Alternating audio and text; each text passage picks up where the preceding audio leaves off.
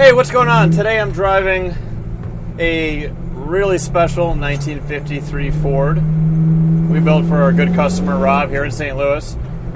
Now, we finished the truck about a year ago, but we recently just got it back to put an AccuAir air ride system on it. You wanted a little bit more adjustability when it comes to height. So we built the truck. It rides on a TCI chassis, and this thing is really, really nice. When it was on the static system, it handled very well, and it handles just as well with the air ride, although we can go up and down, and now we can lay it on the ground, which really looks cool. It was always pretty low to start with, but this was originally a farm truck. It looks far from it now, so obviously got quite a bit of work to make it look this way.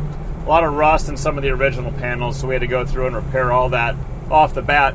But after that, it was time for bodywork. Try to keep it looking kind of original in terms of the body, but we did smooth out stuff. So the body's got a lot of cool modifications. Custom roll pan, custom front bumper, drip rails are all shaded and smooth, beds raised up to allow it to be lowered as much as it is, custom wheel tubs to the back, really nice custom wood in the back with some stainless strips, really make it look clean. The dash has all been smoothed out. Underneath we used bedliner material on the bottom just so it's easy for Rob to drive and enjoy and then clean with ease. We've got a custom mixed green we made up in the mixing room, did some spray out cards for Rob, and he changed it around a little bit, so this is what we ended up with. It's kind of it's a pretty vibrant green, but it flops to almost like a really dark, it almost looks kind of like purple. It's a pretty neat thing the paint job does.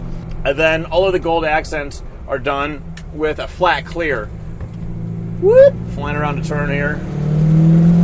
So all the gold accents are done with a flat clear, and it provides with a nice contrast. The engine's done that way as well, up against this really nice shiny paint job. As with all of our paint jobs on our show vehicles, we do 5 coats of clear and then sand from 600 to 3,000 the way we buff. 3 is perfect, and so we sand off a lot of that clear, get rid of all that orange peel, and then we're ready to rock and roll. The interior on this is really nice. It's kind of got a nice baseball glove type leather from Relicate. This is a glide seat. It's very comfortable, good for the long haul. Leather has a wonderful high-end feel. Smells like a baseball glove, actually. The carpets are wool, custom door panels, custom spears to the door panels, as well as these nifty little armrests. The gauges are from Dakota Digital. Very nice, clean. They don't really pull you away from the rest of the interior. So the whole front of the dash is smoothed out, which is nice. And then we actually integrated the air conditioning components down into the kick panel, so it blows pretty hard out of those 2 vents right there, and it'll keep you cool. It does have vintage air, as I mentioned, the air conditioning there. We found vintage air to be the best solution for air conditioning in a classic aftermarket application. Get on it a little bit there. Thing handles great, just so smooth. It's got a Ford Racing 302. They called it the Boss 302, not to be confused with the original 302, but it is a brand new crate engine. It makes 345 horsepower. It's got a Tremec TKO 600 transmission, and out back we've got a 9-inch from John's Industries. 355 gears out there. The combination between that and the 600 I found to be pretty nice. Nice pickup. You can cruise it on the highway all day long. RPMs are low. Truck runs super cool. We've got a large, oversized capacity radiator. So right now it's one of the hottest days of the year in St. Louis. It's 95 degrees outside. Truck's running nice and cool. I'm at about 190. A lot of people think air ride systems are going to ride rough or hard, and it's just because they've installed them incorrectly or they don't have the right components. This thing handles well. It's still very, very smooth. Really the best of both worlds. And like I said, when you show up at a show and you park, you can just drop it on the ground and it really looks great. The wheels are hot rods by Boyd.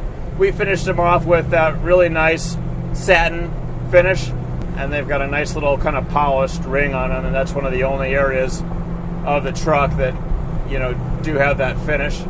But it looks nice. We're all about contrast, and a little bit, I think, goes a long way, especially on this truck. gonna hop on the highway real quick. Gets up to speed, very, very nice.